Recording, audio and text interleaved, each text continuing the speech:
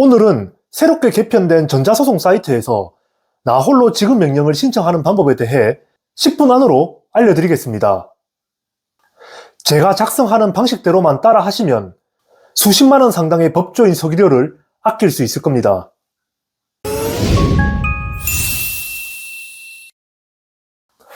여러분의 시간은 돈입니다. 1.25배속으로 보십시오. 안녕하십니까. 중앙신용정보회사의 김도윤 부장입니다. 제가 앞전 영상에서 채무자의 주민등록번호를 알고 송달받을 주소지를 알고 있으면 무조건 지급명령부터 신청하라고 했습니다. 이때 청구 금액에 분란의 여지가 없는 한에서 말이죠. 이 지급명령은 이의 신청이 없으면 신청일로부터 40일 전후로 집행권한을 빠르게 얻을 수 있습니다. 또한 법원 출석을 하지 않아도 되며 비용도 저렴하다는 장점 때문이죠. 그리고 만에 하나 이의 신청이 들어온다 하더라도 본안소송부터 바로 진행했을 때와 비교해보면 최종적인 판결문 받기까지가 약 40일 정도밖에 차이가 나지 않습니다. 따라서 채무자 정보만 알고 있다면 지급명령부터 하시는 것이 훨씬 좋다는 얘기죠. 오늘은 새롭게 개편된 전자소송 사이트에서 나 홀로 지급명령을 신청하는 방법에 대해 10분 안으로 알려드리겠습니다. 제가 작성하는 방식대로만 따라 하시면 수십만 원 상당의 법조인 서기료를 아낄 수 있을 겁니다. 우선 저는 예시 사건을 흔히 있는 대여금 채무에 대해 예시를 들어보겠습니다. 자, 시작하겠습니다.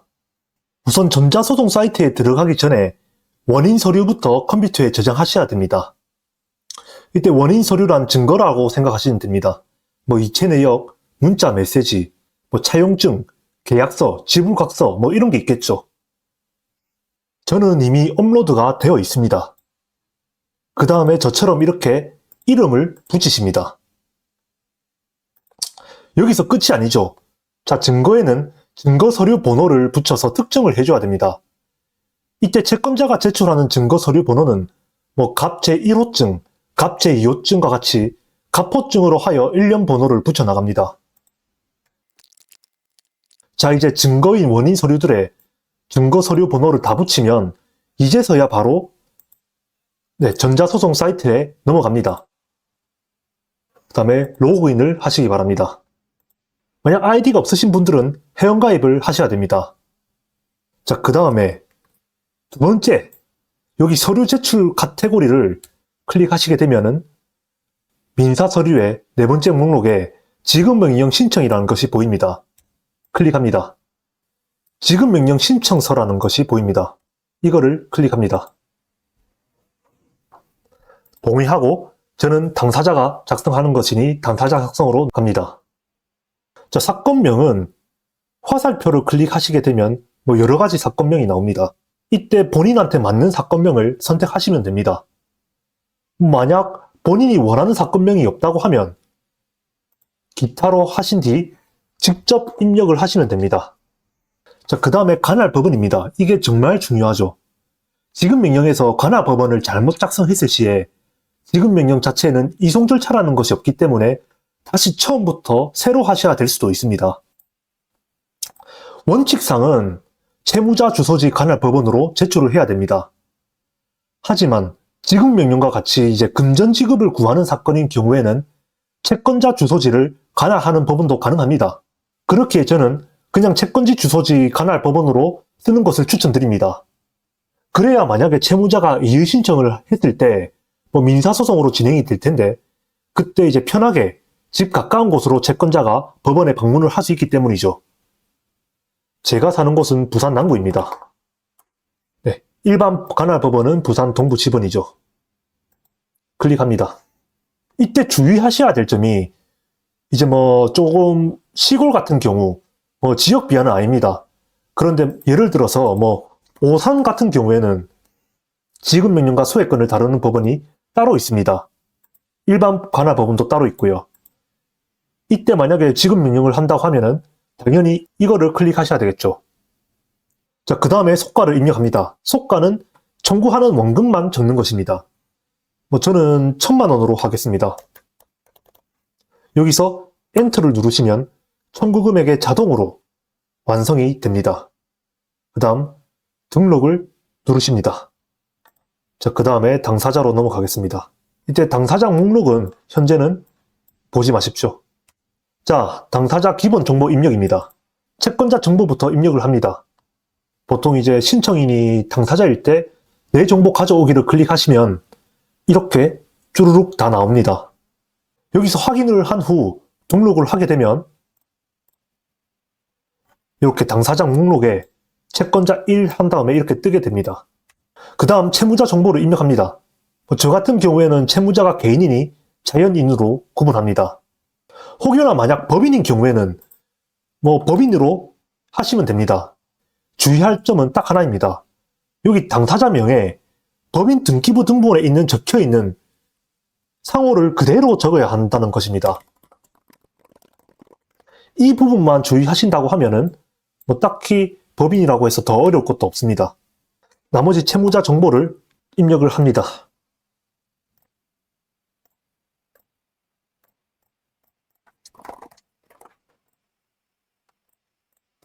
돈과 호수까지 작성을 하죠. 그 다음에 확인을 클릭합니다. 이때 송달 장소가 있는데 이 채무자 주소지와 송달 장소, 즉 지급 명령 정보를 받는 장소가 동일하다고 하면은 그대로 넘어가셔서 등록을 누르시면 됩니다. 만약에 채무자의 주소지와 송달될 주소가 다른 경우에 이 부분을 클릭 해제합니다. 예를 들어 채무자가 직장에 다니는 경우에는 직장 주소로 쓰는 게 아무래도 송달에 더 유리할 겁니다.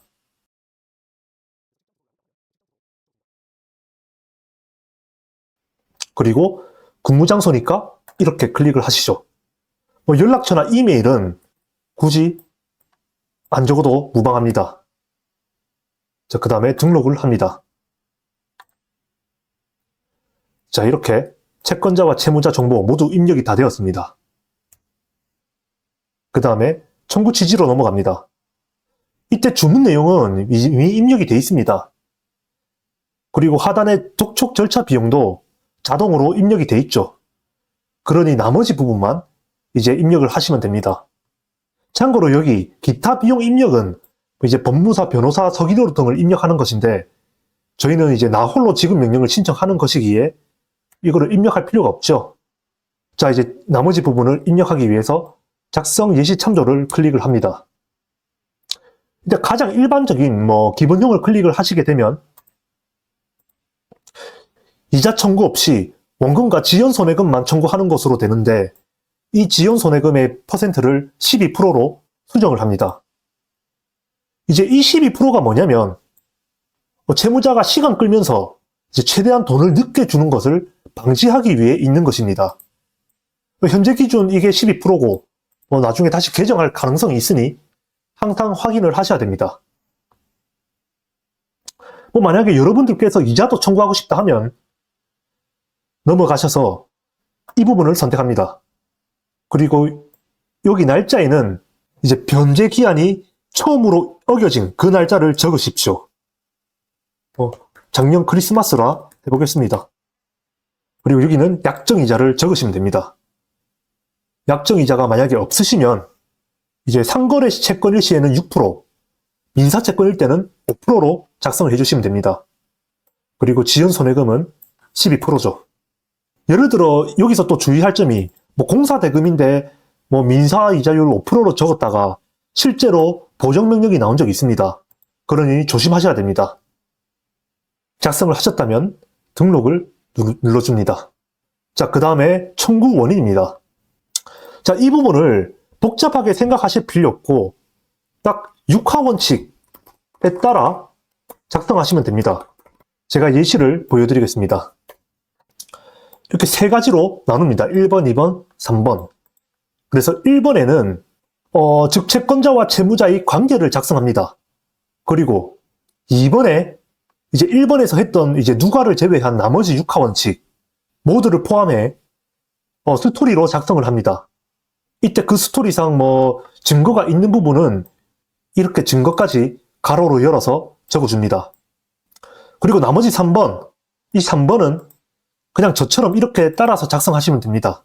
그리고 이렇게 작성하셨다면 요거를 컨트롤 C, 컨트롤 V 해서 등록을 누르시면 됩니다.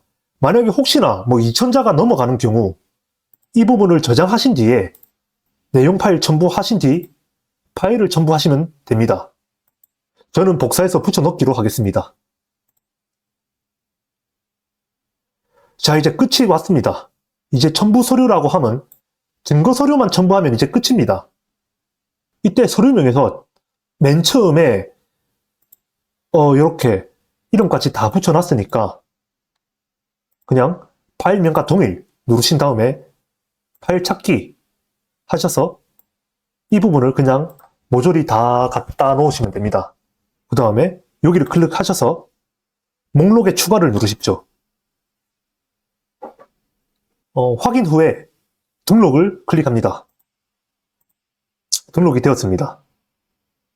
자, 그 다음에 작성 완료로 넘어갑니다. 자, 이제 서류 작성이 완료되었습니다. 이때 작성된 문서를 꼼꼼히 확인하면서 청구 금액, 그리고 당사자 정보, 오타 등이 있는지 확인을 합니다. 특히 여기 독촉 절차 비용도 반드시 포함이 되어 있는지 확인을 하십시오. 그리고 작성된 문서에 이상이 없다고 하면 확인 완료를 클릭합니다. 이제 소송 비용만 납부하시면 지급 명령 신청은 정상적으로 끝이 나는 것입니다. 오늘은 나홀로 지급 명령 신청 작성법에 대해 알려드렸습니다. 여러분의 채권의 수가 빠르게 되길 저희 중앙신용정보회사의 팀 금손도 함께 응원하겠습니다. 만약 모르는 부분이나 채권 관련하여 궁금하신 점이 있으신 분들은 저에게로 연락 주시면 직접 답변 드리겠습니다. 다음 영상에선 지급명령의 최고 변수인 주소 보정 명령과 채무자 이의 신청 등에 대해 알려드리겠습니다. 오늘 영상이 도움되셨다면 구독과 좋아요 부탁드리겠습니다. 이상 중앙신용정보회사의 김도윤 부장이었습니다. 감사합니다.